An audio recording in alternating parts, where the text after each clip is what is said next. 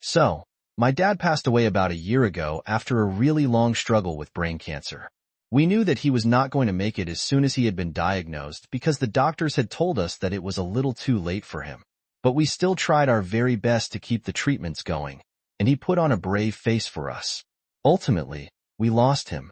He was my best friend ever since I was a kid, and even though I definitely love my mom, I loved him a lot more. After he passed away, I felt like a piece of me had left with him, and I was never going to get that piece back. So naturally, I was quite emotionally affected by his demise. For the past year, I've been quite lost. I was 16 back then, and recently, I turned 17. I decided to take a gap year after I graduated high school because I need some time to figure out what I want to do with my life. I'm privileged enough to have that choice since my family has been supportive of my decision so far. So, I'm going to work and figure out what I want to do in the future, and until then, I planned on staying back home. I didn't want to waste money renting an apartment for myself. However, my mother had her boyfriend move in with us a couple of months ago. Even though I was not exactly fine with it, I had to pretend like it was not a big deal because I did not want to hurt my mother or question her feelings for my dad. But I found it quite odd that she had started dating this guy just 6 months after my dad had passed away because I thought it was too soon. I even casually brought it up with my mother, and she told me that she missed my dad, but at some point, she would have to move on. The guy she was dating, she had known him since they were in high school. They had drifted apart for a bit when he moved away, but had reconnected recently when he had come back here. Apparently, he was the one who had been there for her all along, even when my dad had been diagnosed and recently when he had confessed his feelings for her. She decided to go for it because she had really grown to care for him. So, after having dated for 3 months, she had him move in with us so that we could bond because they were getting married soon. A couple of weeks ago, they got officially engaged. After the engagement party, my mother told me that she had to speak to me in private. That was when she told me that once she was married, she would want me to move out. She did not want me to be a part of her new life. Nor did she want me staying with them anymore because she wanted to start fresh. Both she and her partner agreed that this would be for the best. So, to be clear, it has been only a year since my dad passed away. Just 6 months after his demise, my mom started seeing this guy. She told me about it after she had been out for a couple of days with him. 3 months after that, she had him move in with us. I was fine with that because she was trying to move on, and she knew what was best for her. She had also been a good mother to me so far. When my dad was alive, she had been a good wife to him as well. So, I had no reason to question her, and I respected her decision, even though I did not necessarily agree with it or think it was a good idea. But I thought that I was too young to know anything, so I kept my mouth shut. Now, it has been almost 3 months since her boyfriend has been living with us.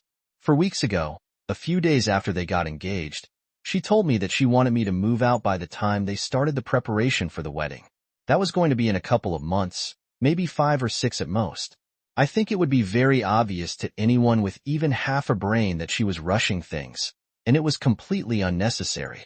It was also kind of disrespectful to my dad's memory because it had not been that long since he passed away. Anyway, after she told me that she would want me to move out and wouldn't want me to be a part of her new family, I didn't even know what to tell her. So, I just asked her why exactly she made this decision.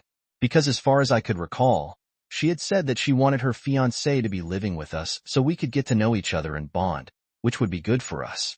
Eventually, she planned on marrying him, and then we would all be living together. Now, all of a sudden, she wanted me to find a place of my own. It just didn't add up. She did not seem inclined to tell me the real reason. But then, when I kept insisting that I wanted to know, she told me that her fiancé wasn't exactly comfortable with the idea of me continuing to live with them even after they got married. I would be a constant reminder of her previous relationship. The guy had told her that he had apparently been in love with her ever since they were in high school, but had never been able to work up the courage to ask her out. Then, they sort of lost touch when they were in college, and eventually, my mom ended up marrying my dad, and they didn't speak for many years. But he had always resented my father for being able to get to her first, and now that he was finally out of the way, he didn't want me here. She told me that her fiancé didn't even want me to be invited to the wedding because he thought that it was cold and hateful, and I did not approve of their relationship. So, he wanted me out because he thought that I was against their relationship, and he believed that I would prove to be quite toxic if I was at the wedding or even in their lives. I couldn't even believe that she was entertaining this idea. She told me that she had tried to fight for me, saying that I was just lost and kind of distant from everyone at this point because I still missed my dad. But her fiancé had made up his mind and had given her an ultimatum. She could either choose my side or she could choose him.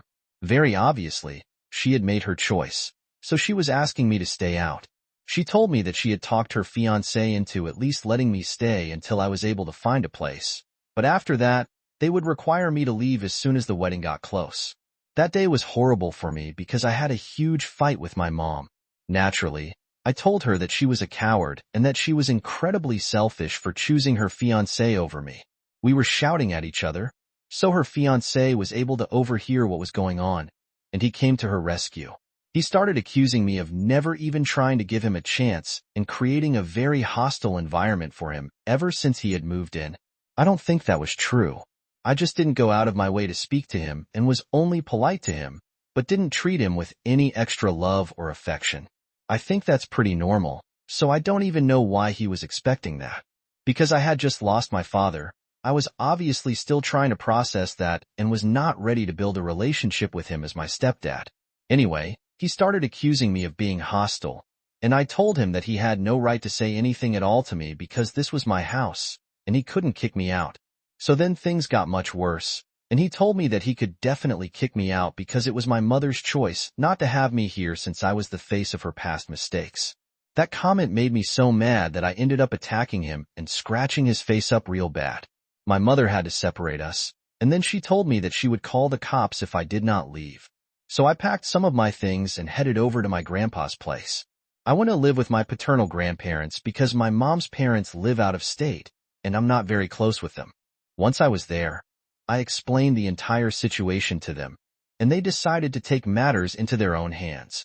They had already known all about my mother trying to move on just 6 months after their son had passed away, but just like me, they had not questioned it. They had wanted to respect her wishes and let her live her life the way she wanted to because we were sure that my dad's demise was tough on her as well. All of us had wanted to give this relationship a chance, but she had proven that she was not the same person she had been when my dad was still around. Anyway, once I told my grandparents what happened, they decided to cut off her funds. Apparently, ever since things got too bad with my dad's health, he had to quit his job, and my grandparents were the ones who had been funding everything.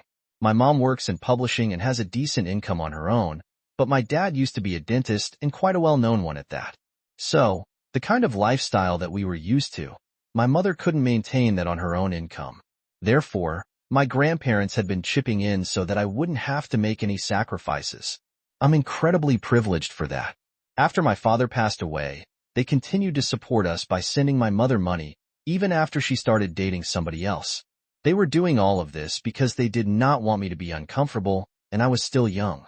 So, it was my mom taking care of me, and they sent the money to her.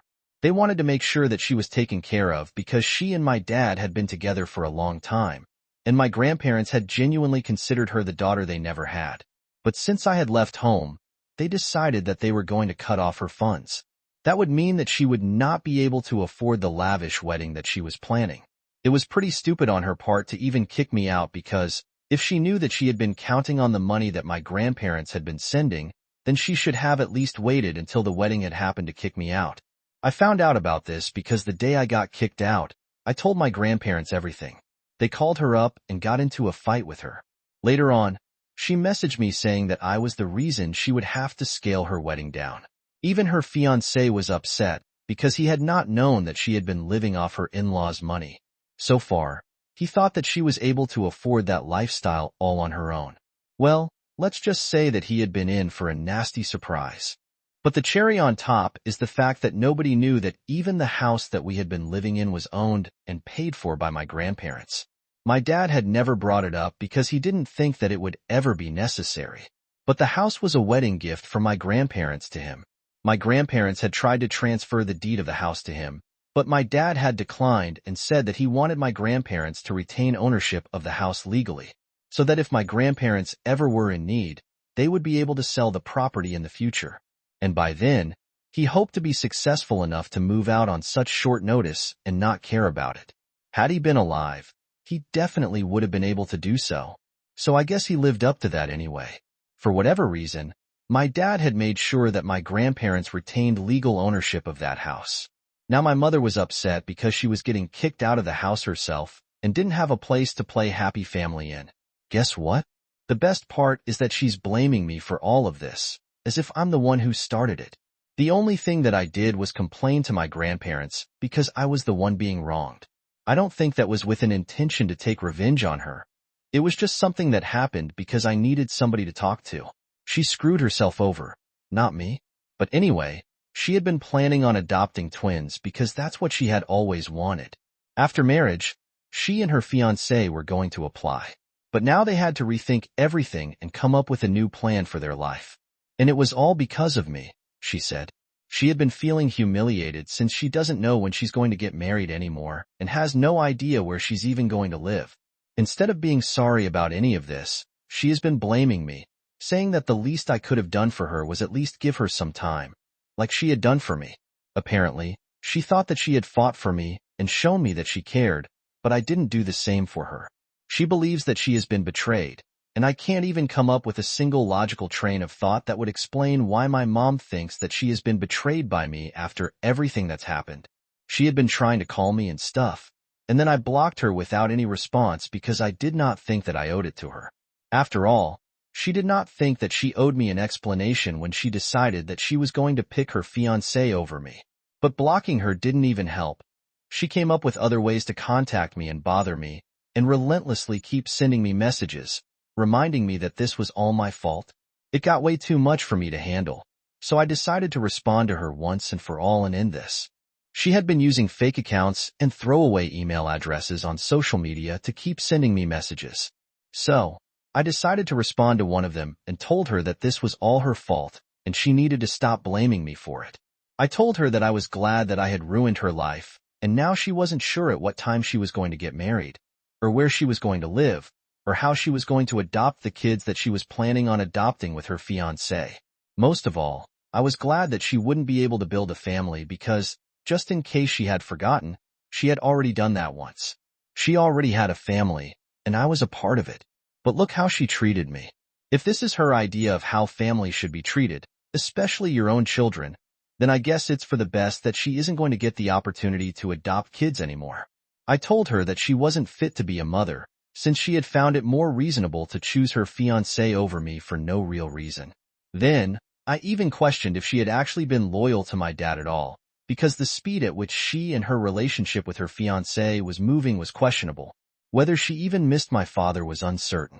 I had tried my best to respect her decisions, but unfortunately, she had proven that she was not worthy of my respect. Now, whatever my grandparents were doing, I was going to stand by and let them handle it because I thought it was the right thing to do. She would have to look for a place and move out because that's exactly what she had been trying to do to me, and this is just karma hitting her back. I sent this message, and after that, the chaos that has followed, I don't even know what to say about it right now. My family is divided because some people think that I said a lot of things that were not necessary, and some people think that my mother deserved it.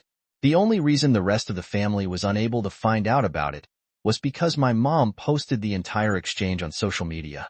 I guess it was kind of fair since she did every single detail. She didn't leave out her own faults. But she also made it seem like I was overreacting and that, after having raised me, this was not what she deserved. I'm glad that some people are on my side, but the ones who are with my mother on this, I don't know how to feel about that. It's not like these people have always been against me. They are my relatives, and even they have adored me. But this time, they think that I went too far. So, what do you guys think? Am I in the wrong for telling my mother that I don't think she's fit to be a mother after she chose her fiancé over me? Update 1. Hi everyone. Thank you to everyone who's responded to my post and commented on it. It means a lot that you guys took out the time to do so. Anyway, coming to what's going on with my family, I think it's better for me not to pay any mind to the people who are not on my side on this because I did whatever I thought was appropriate. My grandparents think that at this stage, it was necessary for me to speak up because my mom doesn't have the right to go out of her way to make me feel guilty for something that was not even my fault and expect me to take it without a word. I stood up for myself, and they thought it was the right thing to do, and that's all that matters to me. But that's just my paternal grandparents. My mom's parents are obviously on her side here, and they think that I should apologize to her and try to make it all right with her. Because they think that I had been vindictive and cruel, so I did the only reasonable thing. I blocked them as well. I'm going to make sure that they are not able to contact me after this, since if they can't even see their own daughter's faults, I don't think they have any business commenting on mine. It's been a while since I left home, and my grandparents have already stopped sending her money, since there was no formal arrangement and they were just doing it out of the kindness of their heart. The only thing left to do is evict them so that I can have the house to myself again. My grandparents have already spoken to their lawyers and have the eviction notice prepared. So my mom is going to be served in a couple of days. Some of you had been asking if my mother had any idea that the house did not actually belong to my father and that it belongs to my grandparents. Well, I don't really know. I don't think she knew because otherwise, she might have gotten him to transfer the property to her. My grandparents handled the property tax, but my dad paid the money. So even if she had been living in that house for a really long time, it didn't matter because she didn't have anything to do with it legally. Anyway, I'm really looking forward to having her evicted so I can have the house to myself again. I feel like she deserves to be taught a lesson. Dealing with my emotions has been extremely difficult for me for the past year, ever since my father passed away. She knew that she had seen me at my lowest, and she knew how much I missed him, but still, she went out of her way to make me miserable and choose her fiancé over me, her only child. Also, about her fiancé, I don't even know what's wrong with that guy. I think I had complained about this in my original post as well, but well, I hate him, so I'm going to complain about it again. I don't know why exactly, but he just assumed that I did not like him.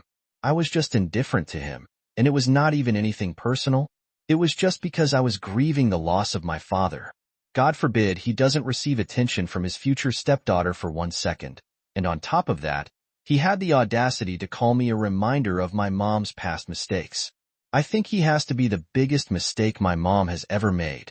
I can't imagine anybody being creepy enough to wait for a woman's husband to pass away so that he can hit on her, and I can't believe my mother was stupid enough to fall for it. So, I don't feel bad for her at all anymore, and I think that she totally deserves it. Anyone who is on her side here can take a hike and leave me alone forever. I'm going to keep track of who's siding with her right now, so that in the future, I never interact with these people ever again. It might seem petty and small for me to do so, but I don't even care. This is a big deal for me. The only good thing that has come out of this is that she has stopped sending me messages after I responded to her, so I think it was worth it. She still has that post, though, which honestly doesn't even matter to me because I told my relatives not to keep sending it to me and that I didn't care about it at all. She can play the victim all she wants. It's not going to change the reality, and it's definitely not going to change the fact that in a few days, she's going to be served with an eviction notice, and then she will have to leave her house. I personally can't wait for that to happen. Update 2.